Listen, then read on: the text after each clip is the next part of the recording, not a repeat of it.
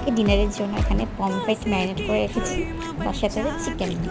তো চিকেনগুলোকে ফার্স্টে ভেজে নেবো। আর আজকে হবে চিকেন উইংস, তো অনেকগুলো উইংসের পিস আছে। আর এখানে সস রেডি করছি, তার সাথে পমফ্রেটটাকেও বসিয়ে দিয়েছি। তো এখানে চিকেন উইংস মোটামুটি হয়েই গেছে আমার। আর তার সাথে একটু ওয়াই করেছি, ওয়াই চিকেন উইংস, আর তার সাথে পমফ্রেট ফ্রাই। পমফ্রেটটা না একটু টুকরো টুকরো হয়ে গেছে, কারণ এভাবে কেটেছি আমি স্টাইল করে। দেখি হাসি পেয়ে যাচ্ছে।